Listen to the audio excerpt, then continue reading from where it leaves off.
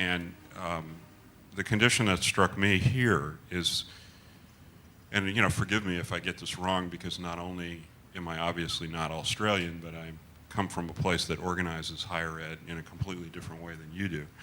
But it appears that the colleges are facing pressure from universities who are looking to adopt a lower cost approach to residential accommodation. So part of the imperative to redefine your mission is that if it's simply residential accommodation, you're out of business. And so the connection to me is this notion that Larry put out that ideas are hard to sell and hard to buy. And you could make it easier to buy and sell ideas, because what is a community? In essence, it's a conversation and a place of conversation. And this idea of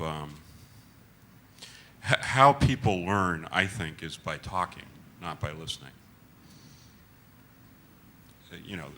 Not to say that classes and lectures aren't good, but the way folks try on ideas is by talking about them.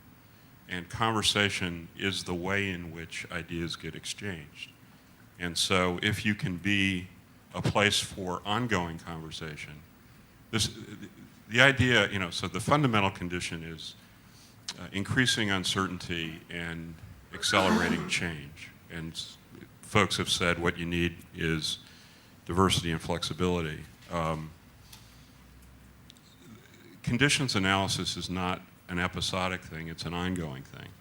You have to always be listening for changes in conditions, because things changed in the last year more than they did in the previous 10, and they changed more in the previous 10 than they did in the previous 100.